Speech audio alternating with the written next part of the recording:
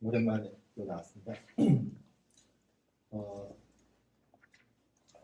지난번 제가 수요집회 첫 멘트가 뭔지 혹시 기억나시는 분 계십니까? 모르시죠? 네.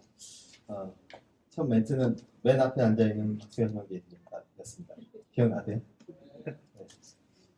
오늘 첫 멘트를 뭘 할까 고민하다가 없더라고요. 그래서 여전히 맨 앞에 앉아서 있는 할 때는 이야 하는 그런 박수현 형제입니다. 네.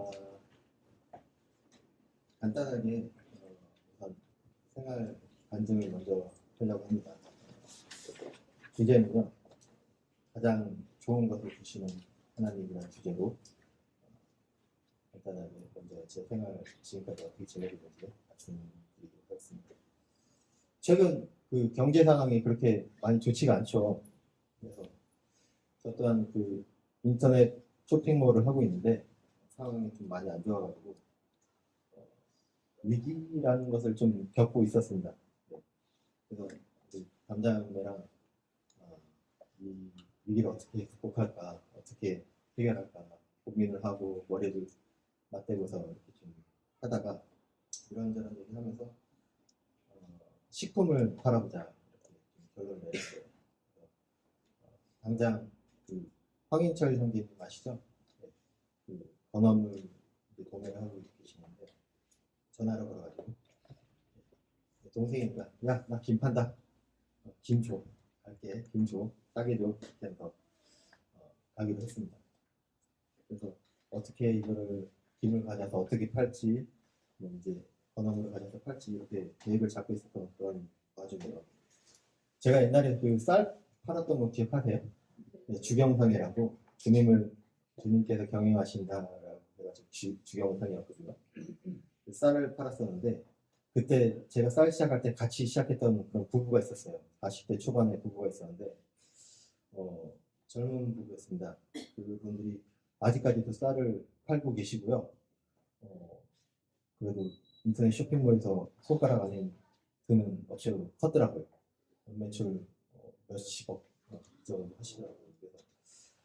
그래서 그분들하고 저 원래는 한 3달, 4달에 한 번씩 그냥 카톡 잠깐 하는 그런 관계였어요. 같이 시작했고 같이 배워서 이렇게 했던 분들이라 가지고 그러다가 이번 이렇게 결정하고 나서 잠깐 뭐 이렇게 카톡을 하고 있는 와중에 한번 노래요.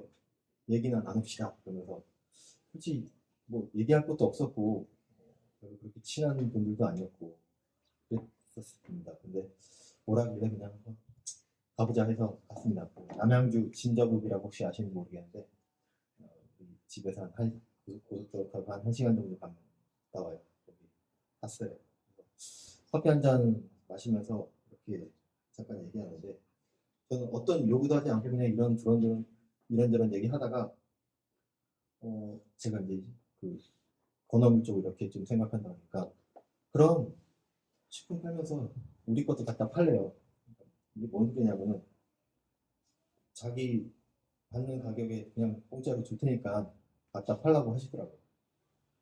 이게 무슨 의미냐면요. 보통 처음에 물건을 판매를 하려고 그러면 판매량이 없잖아요. 그래서 작은 도매상에서 소량으로 가져와서 비싸게 좀 이렇게 가져오게 되거든요. 네, 근데 이분들은 워낙 좀 규모가 커가지고 제일 큰 도매상이나 혹은 원산지랑 이렇게 직거래를 해요. 그래서 정말 우리 그 마켓에서는 거의 최저가로 이렇게 가져오는 분들이기 때문에 그러니까 저는 이 정도까지 가려면 2년 정도 이렇게 고생을 해야 돼요. 이렇게 마진도 없고 힘들면 힘들고 이런 과정을 한 2년 정도 겪어야지만 좀 수량이 늘어나면서 이제 뭐 이런 왕도매들이나 원산지에 비빌 수 있는 어떤 그런 수량이 되거든요. 그래서 참 이런 말을 들었을 때 제가 좀 왜 그러지? 뭐 뒤에 무슨 꿍꿍이가 있나? 막 이러면서 좀 의심을 했었어요.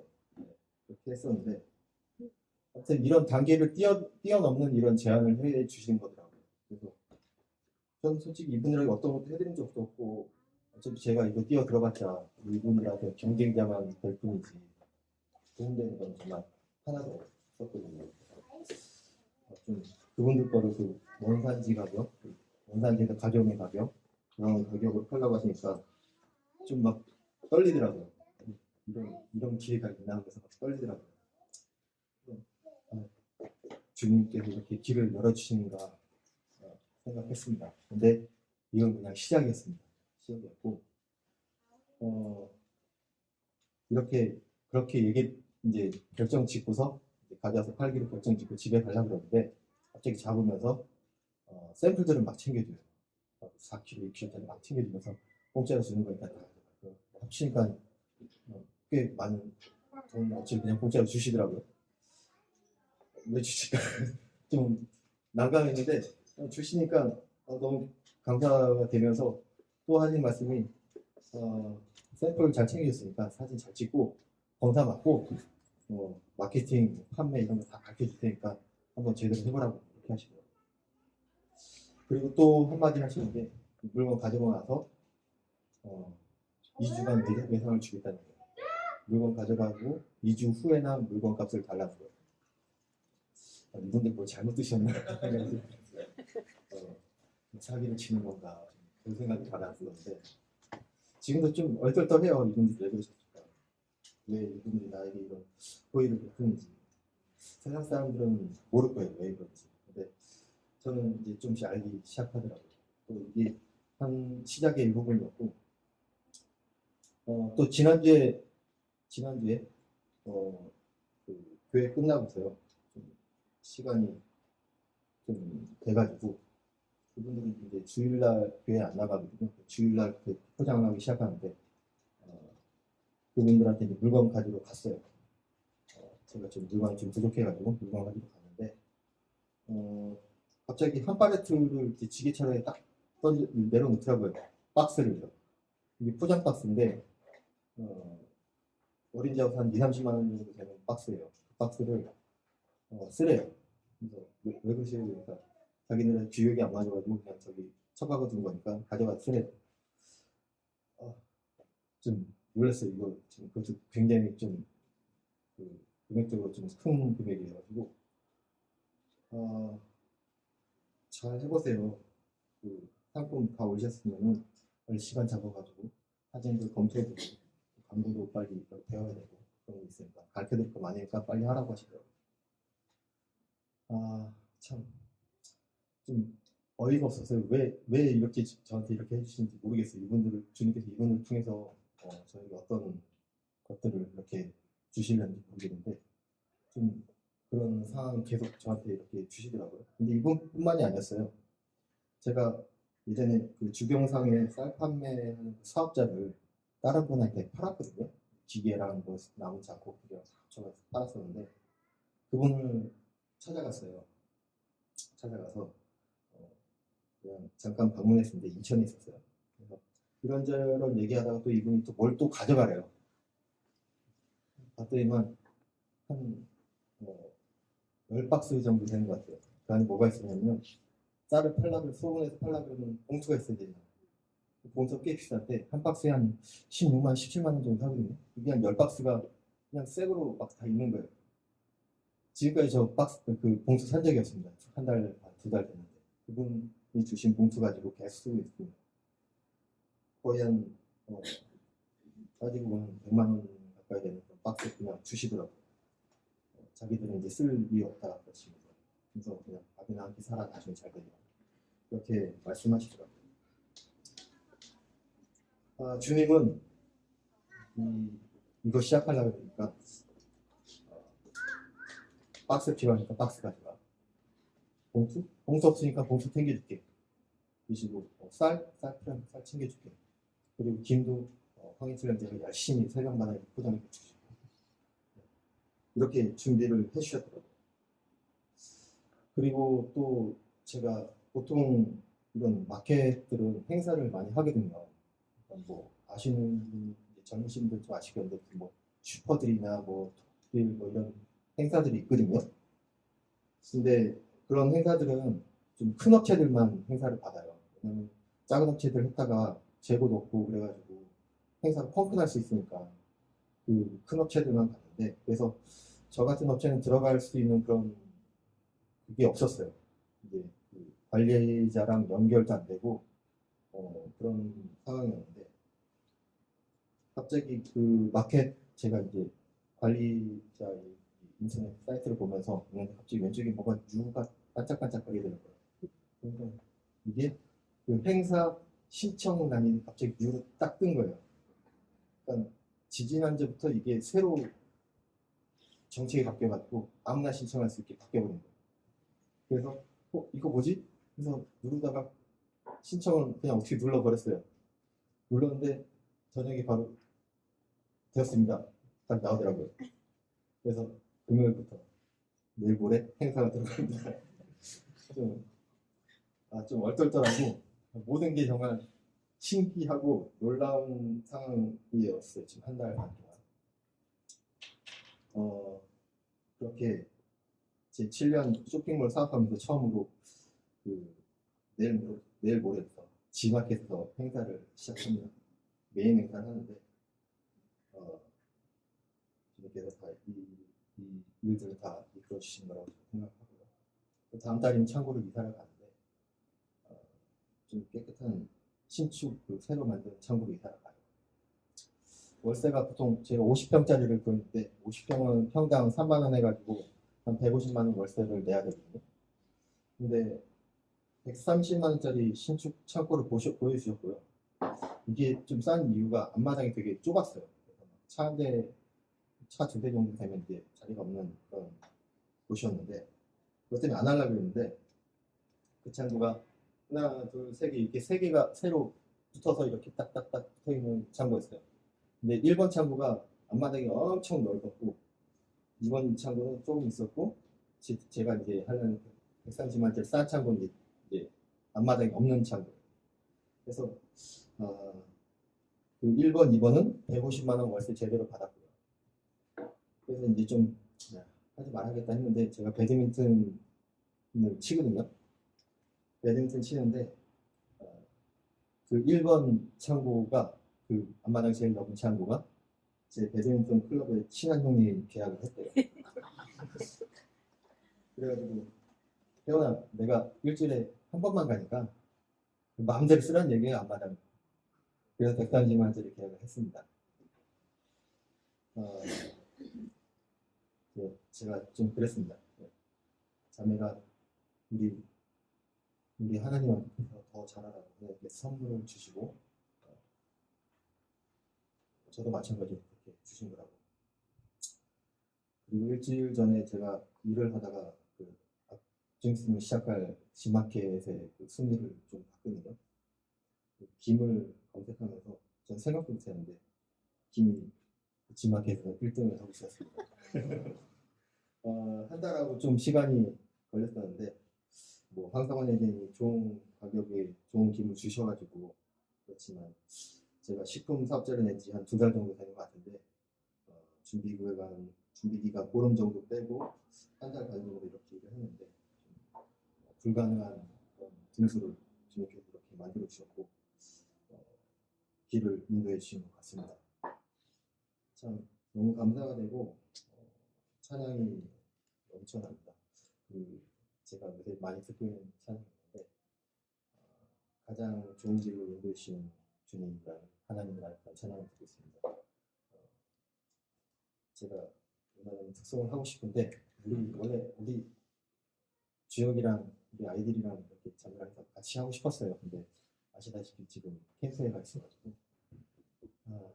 할까 말까 계속 이런 상황에서 지금 차를 타고 오면서 그걸 했고요. 기회가 되면 시간이 남으면 좀 할 것 같고 안 되면은 다음에 기회가 될 때 제가 특송을 한번 하도록 하겠습니다. 제가 말씀을 한 구절 읽겠습니다. 다 아시는 말씀에서 그냥 10편, 23편 말씀이고요. 여호와는 나의 목자시니 내가 부족함이 없으리로다. 그가 나를 푸른 소장에 누이시며 쉴 만한 물가로 인도하시는도다. 내 영혼을 희생시키시고 자기 이름을 위하여 그의 길로 인도하시는도다. 내가 사망의 음침한 골짜기로 다닐지라도 해를 두려워하지 않을 것은 주께서 나와 함께 하시니라. 주의 지팡이와 막대기가 나를 안위하시나이다. 주께서 내 원수의 목전에서 내게 상을 베푸시고 기름으로 내 머리에 바르셨으니 내 잔이 넘치나이다. 나의 평생의 선하심과 인자하심이 정녕 나를 따르리니 내가 여호와의 집에 영원히 거하리로다. 제가 원래 이 말씀에 대해서 그냥 좋다 이 정도 느낌만 갖고 있었어요. 우리 박종석 선생님이 자주 이걸 가지고 이제 감사를 들으시잖아요.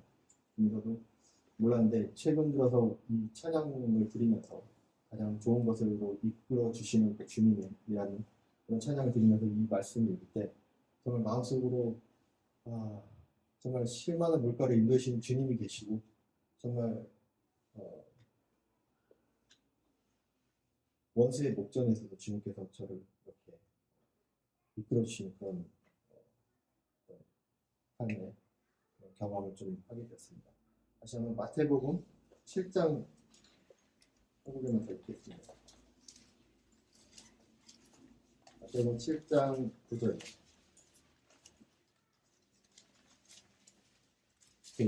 읽겠습니다. 너희 중에 누가 아들이 떡을 달라 하면 돌을 주며 생선을 달라 하면 뱀을 줄 사람이 있겠느냐? 너희가 악한 자라도 좋은 것으로 자식에게 줄 줄 알거든. 하물며 하늘에 계신 너희 아버지께서 구하는 자에게 좋은 것으로 주시지 않겠느냐? 이렇게 말씀하셨습니다. 정말 구하면 주시는 주님을 우리가 아버지 하나님으로 모시고 있기에 정말 감사가 되고 좋습니다.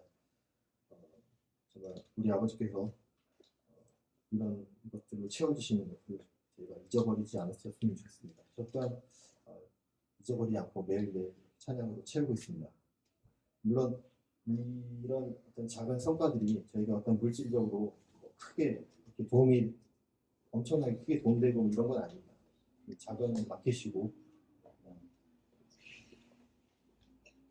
조금 이렇게 좀 잘 되는 것 뿐이기 때문에 이렇게 준비해 주신 것까지 정말 너무나 놀랍고 그런 손길에 감사가 되고 이런 물질적인 채워주심보다 정말 감사가 되는 것은 제 기도를 들어주시고 또한 저를 위해 기도해 주시는 부모님 계시고 성도님들의 기도 그런 기도들을 느끼는 게 정말 더욱 감사가 되는 최근이었습니다. 정말 더욱 주님께 매달려하고 더욱 후회하고 더욱 감사를 드려야겠다고 지금 생각합니다. 생활 간증을 좀 여기까지 하고요. 잠깐 교제를 나누고 싶은 것이 몇 가지 있는데 우선 요즘 제가 하고 있는 필사에 대해서 잠깐 얘기를 드리고 싶습니다. 올해 우선 목표는 300일 이상 필사를 하고 싶고요. 어제부로 22일을 지켜냈어요. 사실 저 같은 사람은 작심 삼일녀라고 불러요. 저희 아버지가 어머니가 알거든요. 뭐 한번 결심하면 지켜낸 적이 없었어요. 맞죠? 저는 그런 사람이고 20일 이상 한다는 것 자체도 정말 놀라운 일이고 참 어떻게 이렇게 할 수 있을까요? 정말 어떤 것에 매어버리면 부담이 되고 그 다음날 제 머릿속에 뇌는 하지 말라고 외치고 있었어요. 매번 그렇게 저는 실패를 했었어요. 사실 이제 지금 이렇게 이어져 오는 것은 제가 마음속에서 오늘이라도 당장 휴식할 수 있어요. 360을 매일 한다 그러니까 그러면은 못할 것 같은데 300일만 하자 생각하니까 할 수 있을 것 같더라고요. 65일이라는 어떤 여유가 있기 때문에. 그래서 마음속에 성경을 묵상하고 정말 필사하는 즐거움이 있는 만큼만 쓰라고 이렇게 스스로 명령을 내리고 그리고 또 보여주기 위해서 쓰는 것이 아니라 내 성장을 위해서 영적인 성장을 위해서 계속 써라 이렇게 제가 스스로 명령을 내리고 그렇게 쓰고 있습니다. 이런 마음가짐을 가지고 잘하고 있는 것 같습니다. 저는 카페 홍보 대사가 아닙니다. 잠실 카페 홍보 대사가 아닙니다. 성도님들 카페 위에 글을 올리세요라고 말을 안 합니다. 사실 이 카페를 이용하라고 말씀드리고 싶습니다. 저는 이 카페에 글을 올리면서 저와 좀 대화를 하는 그 형식으로 대화를 하는 형식으로 이렇게 글을 올리고 있습니다. 그래, 나의 영적인 성장을 이 카페를 이용해서 기록하면서 성장 한번 해보자, 이런 마음으로 카페를 제하고 있습니다. 우리 성도님들은 이런 성경을 보고 묵상을 올리는 것에 대해서 부담감을 가지시지 않으셨으면 좋겠습니다. 내 군대로 틀릴까? 우리 저기 뒤에 앉아 계시는 김규현 교수님 딱 째려보고 있을 수도 있고, 김영경 교수님 틀렸어? 이렇게 있을 수도 있고, 하지만 두려워하지 마시고 주님과 대화를 한 문장이라도, 아니 한 단어라도, 그 아멘 한 글자라도, 두 글자라도 이렇게 한 일주일 정도 올려보시면요, 그 일주일 지나고 나서는 이제 한 문장, 성경 한 문장이라도 올릴 수 있는 그런 어떤 마음의 변화가 생길 거예요. 그럼 또 한 문장 올리시고, 또 한 2주 지나면, 3주 지나면, 그렇다 보면 습관이 될 것 같습니다. 한번 시도해 보셨으면 좋겠습니다. 응원하고요. 또 제 자신도 스스로 응원하고 있습니다. 다시 한번 말씀드리지만 저는 카페 홍보대사가 아닙니다. 카페를 이용하시고요. 우리가 우리가 매일 모일 수가 없으니까요. 카페에서 현지 담임들 만날 수 있거든요. 출첵하시는 분들 되게 많으세요. 지금 보시면 출석합니다 하시거든요. 출석하셔가지고 보시고, 또 멀리 계신 채무생님도 좋은 말씀 계속 올려주시고 좀 해주셨으면 좋겠습니다. 카페를 위해서 무언가 하시지 마시고 카페를 이용하시는 성도님 되셨으면 합니다. 또 하나 이제 또 드리고 싶은 내용이 있습니다. 그 태도라는 단어에 대해서 좀 말씀드리고 싶어요. 예를 들어서 우리 청년들을 보잖아요. 다들 칭찬합니다. 그리고 바라보고 있습니다. 그냥 바라만 보고 있습니다. 이게 저의 태도였습니다. 잘하고 있네. 우리 청년들의 그 영적인 모습들, 활발한 모습들을 보면서 그냥 먼 산 바라만 보고 있었던 게 저의 태도였습니다. 저 청년들이 다 하겠지. 저는 청년들을 정말 높여주고 응원하고 싶습니다. 그 움직이는 청년들. 저는 30, 40대 그룹에 이제 좀 속해 있는데요. 곧 있으면 50대 올라가겠지만 젊지가 않습니다. 50대입니다. 30, 40대는 더 활발하게 더 힘내서 움직여야 하지 않을까 생각을 합니다. 그렇게 생각하는데 사실 그 아이들에 매여서, 사업에 매여서, 회사에 매여서 제 태도를 어느 정도 이제 한계를 짓습니다. 딱 여기까지만 할게요. 주님께서 딱 여기까지만 하라고 말씀하셨습니까? 아닌 것 같아요. 네. 2024년 첫 말씀이 빛을 발하라고 말씀하셨잖아요. 우리는 태도를 여기까지만 딱 한계를 짓고 누군가는 잘하겠지, 이렇게 한정을 짓는 것 같아요. 강단에서 들려오는 그런 말씀에 나는 포함이 안 된다, 그렇게 나를 빼버리는 거죠. 내가 그 태도를 설정하고 마음대로 살고 있지 않았나 하고 반성을 하게 됩니다. 그게 제 태도였고, 간단히 말씀드리면, 와, 말씀 좋다. 말씀 듣고 누군가 잘하겠지. 이 정도만 어떤 그런 저의 모습을 반성하고요. 우리 성도님들은 어떤 태도를 가지고 계시는지 모르겠습니다. 저는 그 태도를 바꾸기 위해서 최근에 많이 노력을 하고 있고, 청년보다 더 움직이는 30, 40대도 될 수 있다는 그런 자신감을 갖고 있습니다. 그렇죠? 네. 점심 애창회 설거지도 하고 싶습니다. 아멘. 네. 설거지 옆에 저 끼워주세요. 시간대 넣어주시고, 우리의 태도는 게으름과 시간과 돈과 아이들로 나를 스스로 묶어버리고 요만큼만 할게요 라고 이해해 주세요 라고 주님께 말하고 있는 걸 보고 있습니다. 이번 주 김현경 기님 말씀 기억하세요? 주님이 곧 오신다고 하신 말씀. 네. 너무 자주 들어서 좀 무뎌지지 않나 좀 생각이 듭니다. 당장 다음 주에 주님께서 오신다고 생각하고 살아야 한다고 강단에 말씀했었던 것을 기억하시죠? 저뿐만 아니라 우리 성도님들도 상상을 했으면 좋겠어요. 다음 주 이 시간에 주님 오시면 이번 주는 어떻게 살지 상상해 보셨으면 합니다. 정말 주님이 다음 주에 오시는 상상, 그게 실제가 될 수 있는데 매주 월요일이든 혹은 어떤 요일이든 다음 주에 주님 오신다고 나의 일주일 삶을 이렇게 계획표를 짜보는 거예요. 내일은 뭘 하고 그 다음 날은 뭘 하고 하면서 정말 주님 오셨을 때 부끄럽지 않은 그런 삶을 계속 이어갔으면 좋겠다는 생각을 해요. 그렇게 나의 일주일 삶을 계획하면서 살아보시는 것도 좋을 것 같다는 생각을 합니다.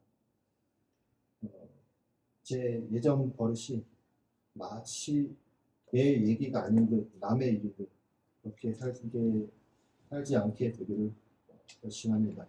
제 태도는 제가 설정하는 것이 아니라 주님께서 설정하는 게 맞다고 생각을 합니다. 말 잘 듣고 따르는 아이는 우리 주일학교 학생, 중고등부 이런 학생들만 속하는 게 아니고요. 40대, 50세가 돼가는 저도 주의 말씀을 듣고 순종하는 아이들 같은 마음을 가져야 된다고 생각을 했습니다. 그렇게 주 안에서, 주님 안에서 좋은 태도를 가지고 살아가야 하겠다고 생각을 했습니다.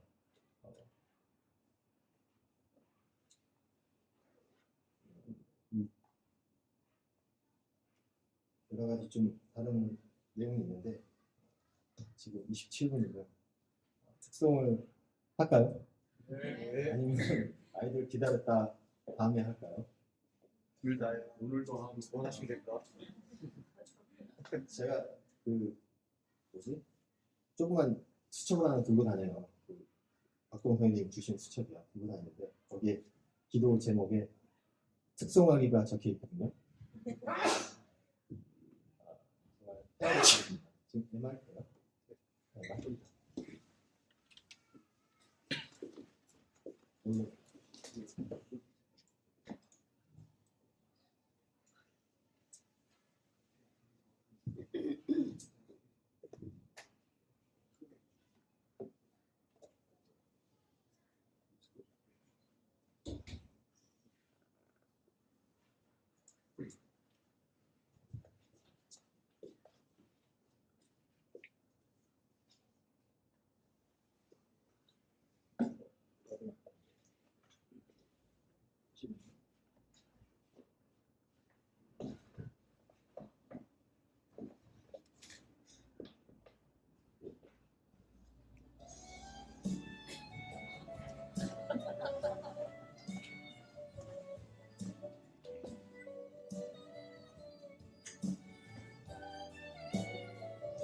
이 노래 아시죠?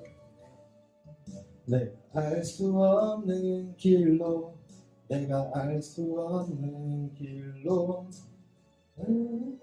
제가 죄송합니다. NG 가사가 뭐야 가사를 봐야 되는데 그걸 가져가 네, 땀이 그냥 비 오듯이 오네요. 죄송합니다.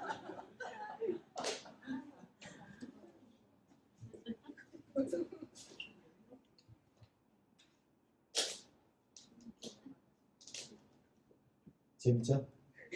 실수하면 더 재밌습니다.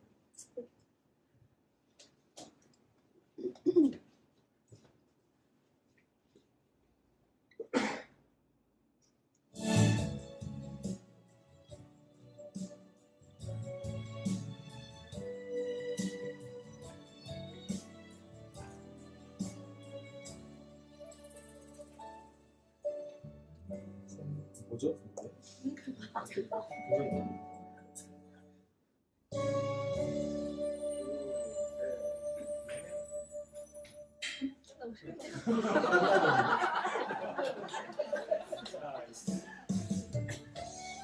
진짜 시작하겠습니다.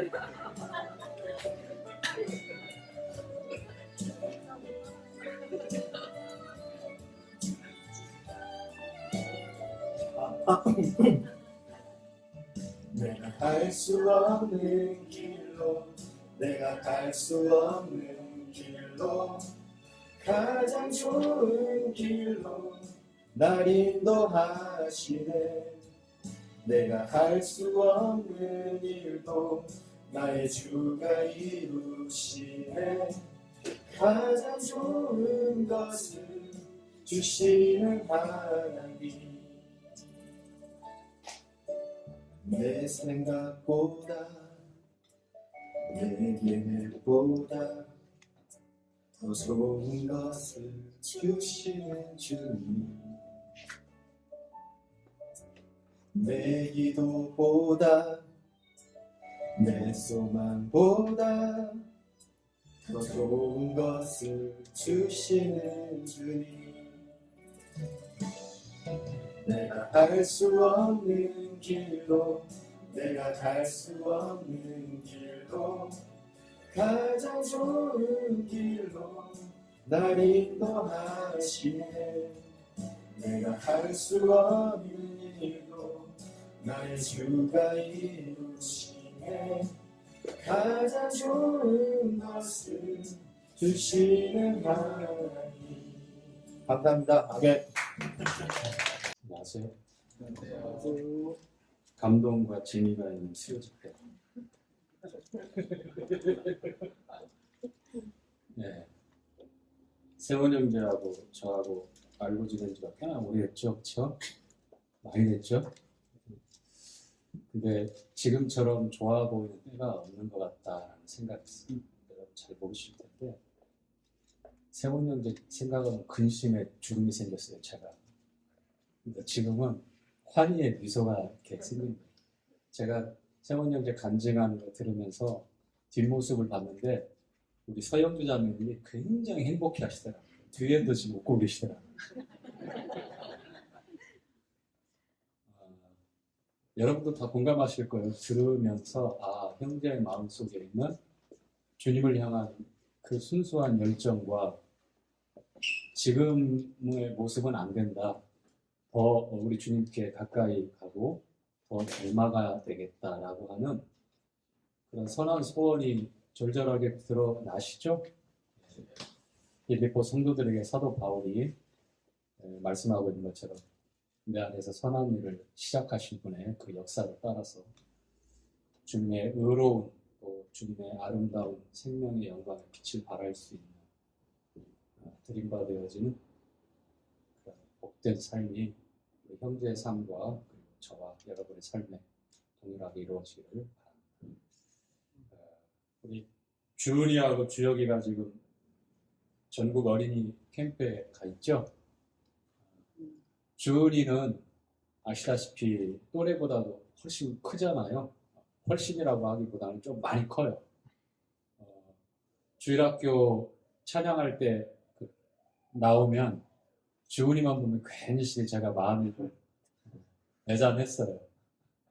요만한 우리 동생들하고 서서 찬양 율동을 하는데 어쩔 줄 몰라가지고 이렇게 굳어서 이렇게 하는데 참 안타까운데 아마 요번에는 또래 친구들 그리고 같은 생각, 같은 어떤 사이즈도 비슷한 친구들 많이 있기 때문에 아마 나름대로 좋은 추억을 남길 수 있는 시간이 될 것 같고요. 그 기도 제목에 나와 있는 대로 학생들이 310여 명 정도 그리고 교사가 한 210여 명 정도. 나 교사가 그렇게 많은 캠프는 처음 봤어요.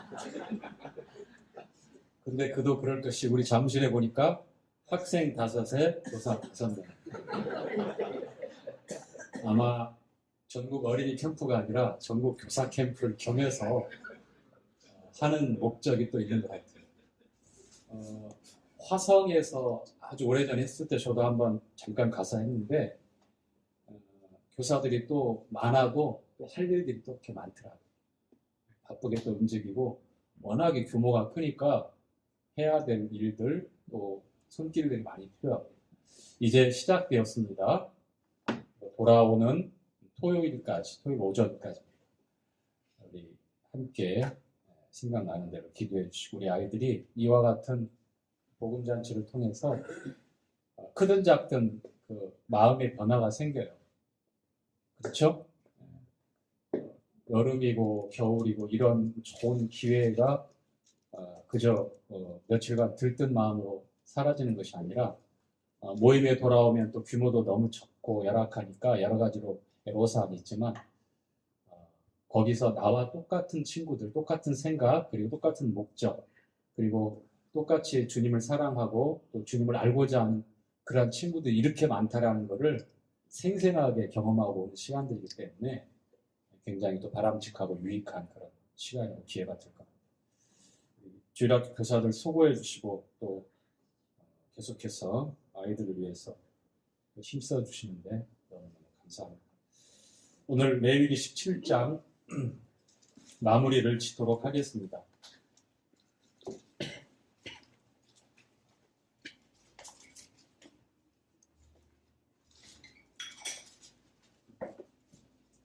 자, 1절, 2절 한번 읽어볼까요? 자, 여호와께서 시작. 여호와께서 모세에게 이르시되 아론과 그 아들들과 이스라엘 모든 자손에게 그들에게 이르기를 여호와의 명령이 이러하다. 무릇 거기까지죠. 자, 하나님께서 모세를 통하고 또 아론과 그 아들들 그리고 이후에 백성들에게 이스라엘 자손들에게 순서대로 이루어지는. 자, 하나님께서 지금 여호와 하나님께서 모세에게 전달하고 있는 그 말씀이 모세를 통해서 아론과 그 아들들에게 전달될 때에 달라질까요? 달라지지 않을까요? 달라질 수 있습니까? 달라지면 됩니까? 그러면 한 번 더 아론과 그 아들들을 통해서 백성들에게 모세로부터 받은 하나님의 이 율법 말씀이 가감되어서 전달되면 됩니까? 안 됩니까? 안 되죠. 너무 당연한 질문인데 우리가 이 1절, 2절에 나와 있는 하나님께서 모세를 통해서 아론과 그 아들들을 통해서 이스라엘 자손들, 백성들에게 순차적으로 전달되는데 과정은 순차적일 수 있지만 그러나 하나님께서 모세에게 전달했던 그 말씀 그대로 변함없이 모세의 생각이나 경험을 더하고 빼는 것이 아니라 마치 성막의 식양대로 시내산에서 하나님께서 보여주신 그 식양대로 그 방법대로 그대로 그 치수와 색깔과 디자인과 하나님께서 지시하신 그대로 그 성막을 지었던 것처럼 하나님의 말씀이 되어지는 그 과정도 이와 같아요. 그래서 성경을 마무리하는 계시록에 보면 이 말씀에 더하면 하나님께서 심판과 저주를 더할 것일 거라고 경고하고 있고 이 말씀에서 가감하고 빼버리면 어떻게 된다고 했어요? 생명책에서 그 이름을 제하여버린다라고 경고하고 있잖아요. 하나님 말씀을 대할 때 하나님 말씀을 우리가 분별하고 또 전하고 나눌 때에 이와 같은 아주 중하고 주님 경외하는 마음이 정말 필요한 것 같아요.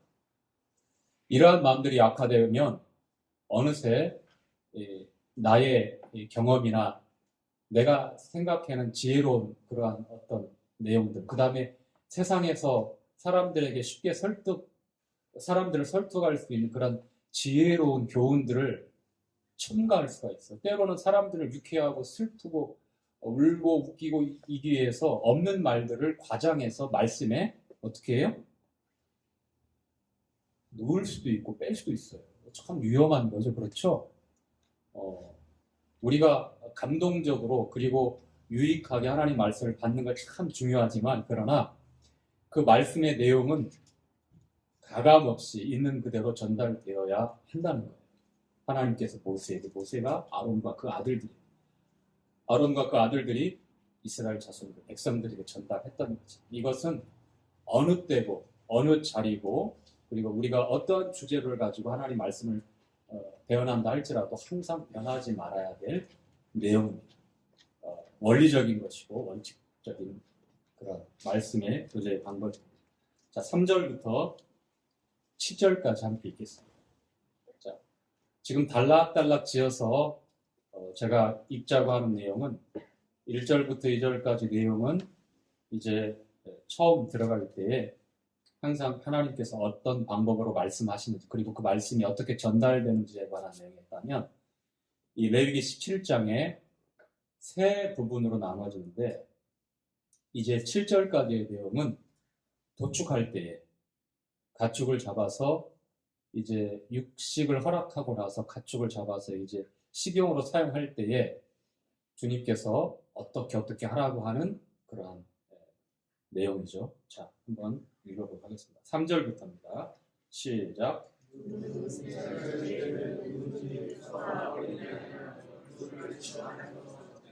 진 밖에서 잡든지 먼저 행함한 것을 여호와의 여호와께 예물로 드리지 아니한 자는 피 흘린 자로 여길 것이라.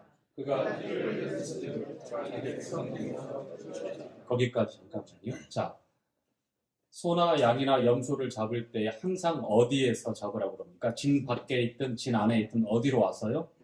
회막, 성막. 자, 이유가 있어요. 왜 그렇게 하셨는지. 그런데 하나님께서 분명히 회막에 와서 소나 양과 염소를 잡으라고 말씀을 했는데 그렇지 않고 다른 곳에서 도살하게 되면 그는 피를 흘린 자라고 이렇게 엄중하게 경고하고 있습니다. 그 말씀 뭐냐면 살인한 자다. 자, 5절 시작. 회막문 여호와께로 끌어다가 제사장에게 주어 화목제로 여호와께 드려야 할 것이요. 자, 하나님 앞에서 이 가축을 잡을 때에 드렸던 첫 번째 목적이 뭐냐면 화목제로 먼저 하나님 앞에 드리고 나서 소나 양이나 염소를 식용으로 사용할 수 있게끔 하신 겁니다. 우리가 화목제에 대해서 우리가 교제를 해서 알지만 피스 오퍼링에서 가족이나 친지나 또 이웃과 함께 그렇게 교제하는 그러한 의미의 제사였잖아요. 그렇죠? 로마서 4장 25절과 5장 1절 연결되는 말씀인데 그리스도 예수로 말미암아 우리가 하나님과도 화평을 누리자, 화목을 누리자라는 말씀인데 이 화목제는요, 감사제, 서원제, 그 다음에 낙헌제, 자원제 이렇게 거기에는 낙헌 그 다음에 여러 제사 방법이 들어가는데요. 자, 크게 세 가지 방법으로 하나님 앞에 감사 화목제를 드리는데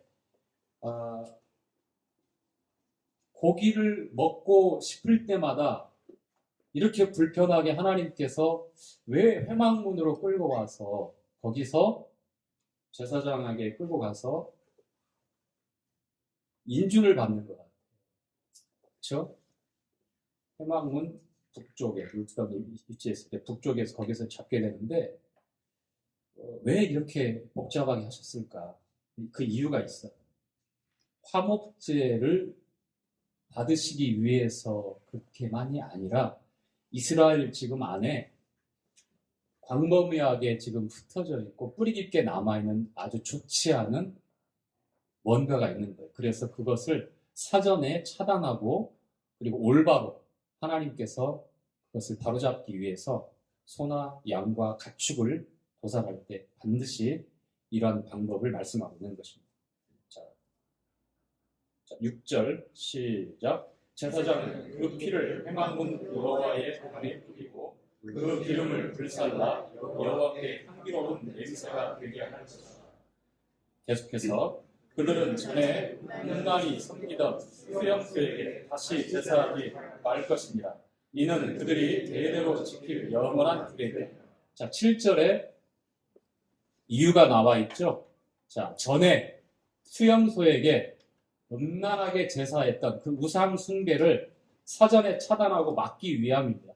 여러분, 이스라엘 백성들이 430년 동안 애굽에서 종살이하고 하나님께서 이제 모세를 통하여 출애굽을 시키고 홍해를 건너 광야 생활을 하고 있지만 여전히 남아있는 애굽 땅에서부터 갖고 있었던 우상 숭배, 그리고 뿐만 아니라 이 가나안 땅, 이 신광야 흩어져 살고 있었던 수많은 이방 민족들이 섬기고 있었던 순염소에 대한, 다시 말하면 풍요를 바라는 이 세상 신에 대한 우상 숭배가 여전히 남아 있었어요.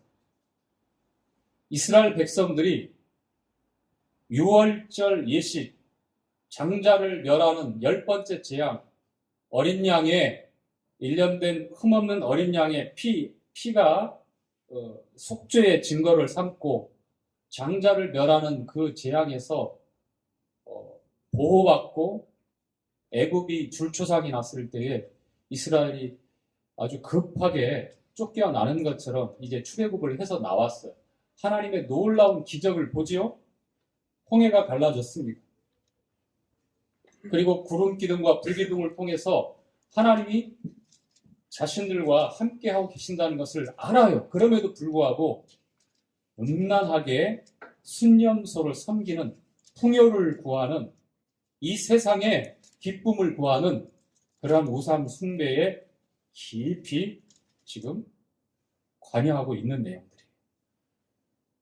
그래서 들에서 그들이 육축을 잡아서 몰래 그와 같은 우상 숭배의 일들을 얼마든지 행할 수 있었기 때문에 하나님께서는 엄중하게 이제 장치를 마련하고 어떠한 가축이라도 이제 도축할 때는 회막문에 와서 먼저 하나님께 제사를 지내고 그리고 나서 식용으로 사용할 수 있도록 그렇게 그 방법을 그렇게 말씀하십니다. 근데 신명기 12장에 보면 또 이제 다른 내용이 나와요. 이제 짐 밖에서 또 도축할 수 있는 방법도 있고 여러 방법이 나오는데 레위기 17장에 지금 기록되어져 있는 이 가축을 도축하는 방법은 이스라엘 백성들에게 아주 엄격한 법으로 이렇게 딱 지정되어서 그들 안에 있는 이 순념소를 섬기는 이 음란한 우상 숭배 일에 대해서 경고하고 그것을 버리고 가까이 하지 못하도록 그렇게 경계하고 있는 방법이에요. 무슨 말씀인지 아시겠죠? 한빛자님 무슨 말씀인지 아시겠죠? 자, 8절. 눈이 조금 커졌나요? 자, 8절 함께 읽도록 하죠. 자, 8절, 9절은요, 오직 하나님께 예배 드릴 수 있는 장소와 제사 드릴 수 있는 장소는 그 어떤 산당이나 광야의 어떤 근사하고 좋은 장소나 사람들의 의견이 일치되어진 어떤 공공적인 그런 장소가 아니라 오직 한 곳, 하나님께서 이스라엘 백성들과 함께 내주하고 함께 하신다는 분명한 구별된 장소인 그곳에서만, 이곳에서만 예배하고 제사 드릴 수 있도록 그렇게 말씀하십니다. 자, 8절, 9절 시작. 너는 또 그들에게 이르라. 그릇 이스라엘 집 사람이나 혹시 그들 중에 누구하는 타국인이 번제나 희생을 드리되 회막문으로 가져다가 여호와께 드리지 아니하면 그는 백성 중에서 끊쳐지리라. 자, 이것도 역시 백성 중에서 끊쳐지리라 라고 하는 엄중한 경고의 말씀을 통해서 반드시 어떠한 제사를 드리든지 간에 회막, 성막, 번제단 있고 물두멍이 있고 성소가 있고 지성소가 있고 하나님의 임재가 있는, 하나님의 영광이 나타나고 있는 구름기둥과 불기둥이 항상 머물러 있는 이 회막에 와서 제사를 드려야 한다는 것을 이렇게 말씀하고 있어요. 얼마나 많은 유혹이 있었겠어요. 그렇죠? 우리가 주님의 이름으로 모인다라고 하는 것을 우리가 진지하고 진중하게 생각을 해야 합니다. 우리가 유익을 따라서 모일 수 있는 그러한 동호회나 모임들이 상당히 많아요. 내가 하고 싶어하는, 내가 목적하고 있는 그 일들을 공감하고 있는 사람들끼리 모여서 아주 즐겁게 지낼 수 있는 일들이 참 많아요.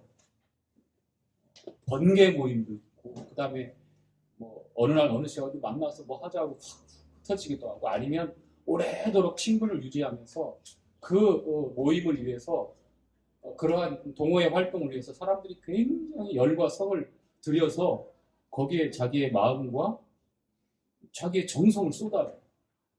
그게 그 삶의 낙이일 수도 있고, 그렇게 사는 것이 참 우울하고 상실감이 짙어지는 이 시대에 많은 사람들이 거기서 도피처를 삼기도 하기도 해요.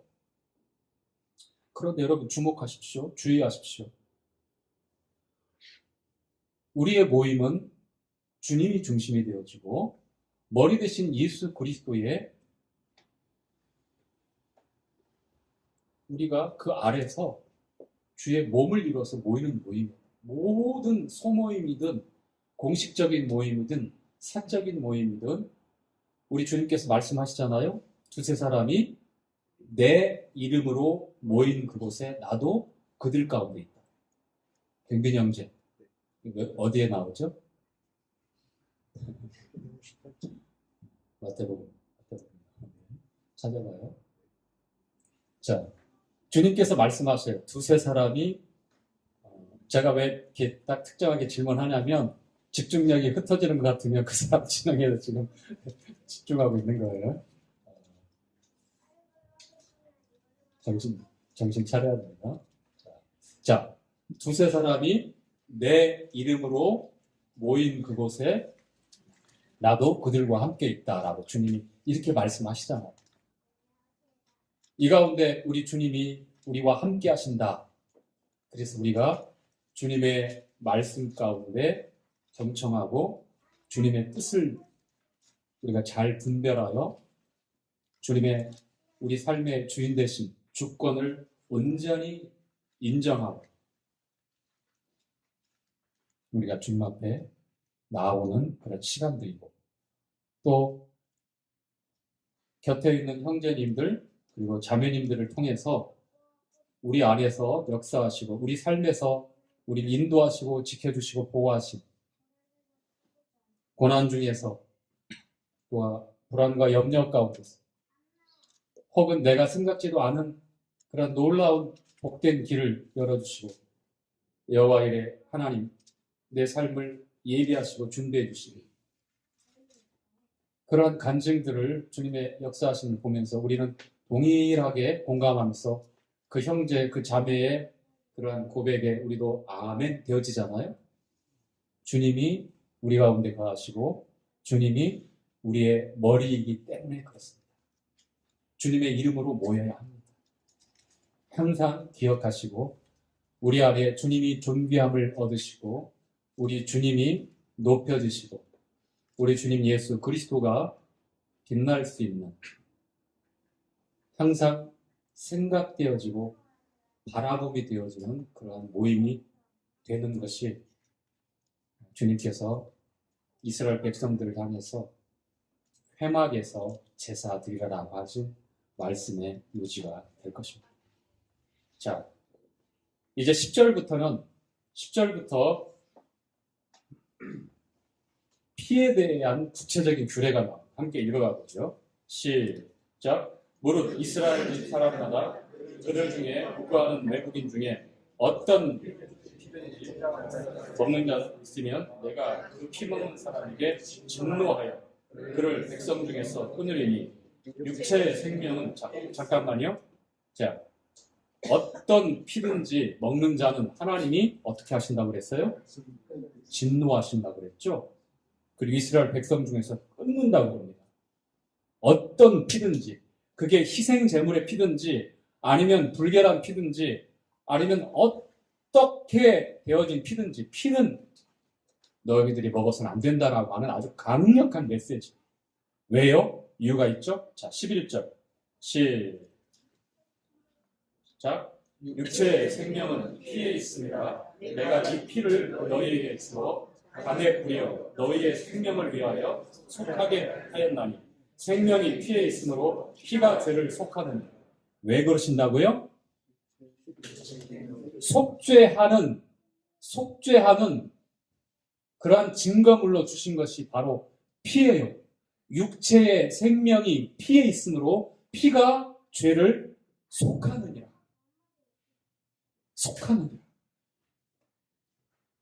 창세기부터 요한계시록까지 이 성경은 피의 복음이에요. 피의 약속이에요.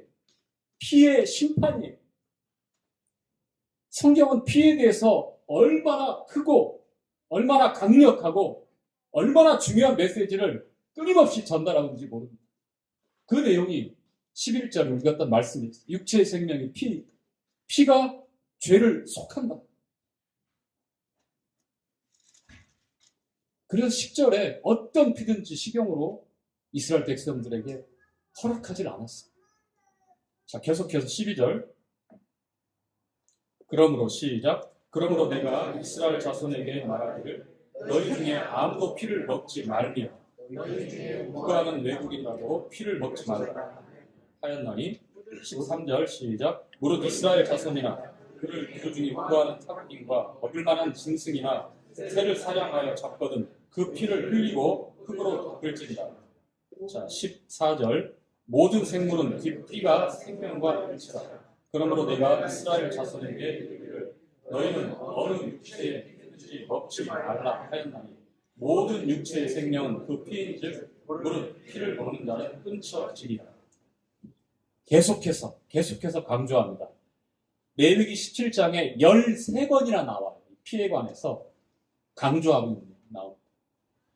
자, 창세기 9장에 보니까 노아 홍수 이후에 이제 식생활의 변화가 되죠. 그래서 이제 육식을 허락합니다. 그전에는 심했는 이 채소나 그러니까 뭐 밀, 콩, 그 다음에 심했는 이제 그 과일, 나무의 과일들 이런 것들이 처음에 인류에게 주어진 음식이었다면 이제 모든 게 다 파괴되어지고 죄가 들어온 이후에 이제 육식이 허락되는데 단 한 가지 그때는 부정하거나 정하거나 그러한 음식의 차이가 없었어요. 지금 율법의 차이. 단 한 가지는 일관성 있게 그때부터 처음 시작할 때부터 금하신 게 뭐냐면 피입니다. 육체의 생명이 피에 있기 때문에 생명된 피는 먹지 마라. 땅이 쏟으라. 그게 창세기 9장 3절 4절에 나와요. 그리고 오늘 읽었던 이 레위기 17장 율법 전체가 그렇고 그 다음에 신명기 23장에 신광야를 40년 동안 이제 헤매고 돌고 기성세대 애굽에서 나오면서 만 20세 이상 싸움에 나갈 만한 기성세들이 불순종이기 때문에 다 죽어요. 남녀가 다 죽어요. 그리고 그 후세대 19살부터 거기서 광야에서 태어난 세대가 신광야에서 이제 다시 모세를 통해서 율법 토라를 다시 처음부터 다시 듣게 돼요. 신명기에 나와 있는 그 내용이에요. 자, 신명기 12장에 보니까 한 번 더 강조하는 거예요. 피에 대해서 먹어서는 안 된다. 먹지 마라. 왜냐하면 만연했거든요. 애굽이 그랬고 세련된 문화의 애굽이 그랬고 우상숭배가 가득했던 그리고 굉장히 쾌락적인 가나안의 사람들의 우상이 그랬고 그들의 식사 문화가 그랬어요. 그들의 우상숭배의 방법이 그랬어요. 하나님께서는 일관성 있게 육체 생명이 피에 있으므로 피가 죄를 속하느니라. 이 속죄의 분명한 증거물이기 때문에 이 피는 식용으로 허락을 안 하셨어요. 왜냐하면 육체의 생명이 피에 있다. 피에 있다. 피 흘림이 없은즉 죄사함이 없다. 그리고 나서 이렇게 율법에 이렇게 너무 정확하게 기록되어 있는데 이제 율법이 끝납니다. 끝났죠? 그래서 모든 부정하고 정한 음식의 차이가 없어요. 모든 것이 다 정하고 베드로에게 그 보자기 3번 오르락내락 하면서 주님께서 이방인도 구원하신다는 내용이지만 이제 그 어떤 것도 부정한 것이 없다. 이미 하나님께서 예수 그리스도를 통해서 부정한 모든 것들을 정결케 했기 때문에 예수님을 통해서 다 의롭다, 거룩하다, 그러니 괜찮다, 그런 메시지를 전달하면서 거기서 보여주신 온갖 부정한 동물들이 많았잖아요. 이제 우리의 식사 문화가 레위기 11장에 나와 있는 그런 대로 코셔, 유대인들은 아직까지 그렇게 하고 있고, 성경의 한 60%, 70%를 도용하고는 이슬람에서도 보면 할랄 푸드라고 해서 많이 아직까지도 이 음식 문화를 고집하고 있어요. 사도행전 15장에 보니까 어떤 내용이 나와요? 예루살렘에서 유대인들은 자긍심이 많잖아. 율법을 지키고 모세의 율법을 지켜야 돼. 할례를 받아야 돼. 음식도 이런 거 먹어서는 안 돼. 그래서 이방인 교회에 가서 이제 자기들이 막 마음대로 가르쳐요. 너희들 뭐 예수님 믿는다고 은혜로 구원받는다고 아니야. 이것도 이거 하고 저것도 하고 이걸 하지 말고 저거 하지 말고. 아주 충돌이 일어났어요. 바울도 그 예루살렘에서 뭐 파송받지도 않고 자기들 마음대로 하는 그런 사람들과 다투고, 그래서 결국은 예루살렘 교회로 이제 총회로 소집해서 모이게 됩니다. 거기서 계속해서 격한 토론이 일어나고, 사도들, 그 다음에 뭐 지역교회 일꾼들, 장로들이 아주 말씀을 기본으로 해서, 기초로 해서 토론을 했겠죠. 이 문제에 대해서. 그리고 결국 결론 부분이 어떤 거예요? 사도행전 15장 19절부터 21절까지 나와 있는데요. 야고보가 일어나서 말씀하죠. 우상의 제물, 음행, 목매어 죽인 것, 피, 이 네 가지를 멀리하라고 했어요. 이건 영적인 가르침이 아니에요. 문자 그대로 멀리하고 우리가 지켜야 될, 이방인 교회든 예루살렘 교회든 유대인이든 이방인이든 관계없이 다 지켜야 돼. 순종해야 될 말씀이에요. 우상의 제물, 우상, 음행, 그 다음에 목매어 죽인 것, 피. 목매어 죽인 것과 피는 항상 같이 가요. 목매어 죽이면 어떻게 돼요? 그 몸 안에 피가 그대로 남아있는, 도축할 때. 은혜 시대에도 여전히 식용으로 허락하지 않은 유일한 것이 바로 피입니다. 피. 여러분 마음에 고민이 많이 되죠? 국민 간식이 포장마차가 얼마나 넓어져 있어. 해장국제에 가면 얼마나 많아. 여러분들에게 취사 선택을 하라라고 이런 말씀을 드리는 것이 아니라, 저는 제 개인에게 이 말씀을 그대로 적용시켰어요. 이 말씀. 군대 가기 전에는 못 먹는 게 천지였어요. 어떻게 저런 걸 먹을 수 있지? 닭발, 족발, 순대, 곱창, 어떻게 저런 걸 먹을 수 있지? 근데 군대 갔다 온 사람이 야만인으로 바뀌더라고요. 바바리안으로 바뀌어서 그냥 닥치는 대로 다 먹어지더라고요. 뭐든지. 근데 한 가지만은 그때나 지금이나 금하고 있습니다. 피로 만든 음식. 다 잘 알죠? 제가 구체적으로 말씀을 안 드리는데요. 왜 하나님이 피를 식용으로 허락하지 않으셨는지, 육식을 허락할 때부터, 그리고 율법에는 굉장히 자세하게, 꼼꼼하게, 그리고 율법이 끝난 은혜 시대에도 여전히, 왜냐하면 육체의 생명이 피에 있고 피가 죄를 속한다라고 하는 아주 분명하고 변개할 수 없는 하나님의 속죄의 상징물이기 때문에. 그런데 유일하게 우리가 먹어야 돼, 마셔야 될 피가 있죠. 어떤 피죠? 소피예요? 순대, 돼지피는 안 되고 소피는 되니까 해장국 된다는 얘기입니까? 누구 피입니까? 요한복음 6장에 내 살은 참된 양식이고 내 피는 참된 음료다. 너희가 내 살을 먹지 않고 내 피를 마시지 않으면 너희 안에 생명이 없다라고 말씀을 하고 있잖아. 예수님의 피는 우리가 마셔야 될 피예요. 예수님의 피가 아닌 다른 피는 우리에게 허락되지, 식용으로 허락되지 않았어요. 그림자이고 사인이고 실체 되신 주님께서 내 피를 마셔라. 자, 우리가 실제로 마셨나요? 실제로 마셨어요? 유대인들이 더 어려워했어요. 카니발 축제도 아니고 인육을 막 먹고 그러니 카니발 축제잖아요. 브라질의 카니발. 차 카니발 타고 있는 사람 몇 명 있죠?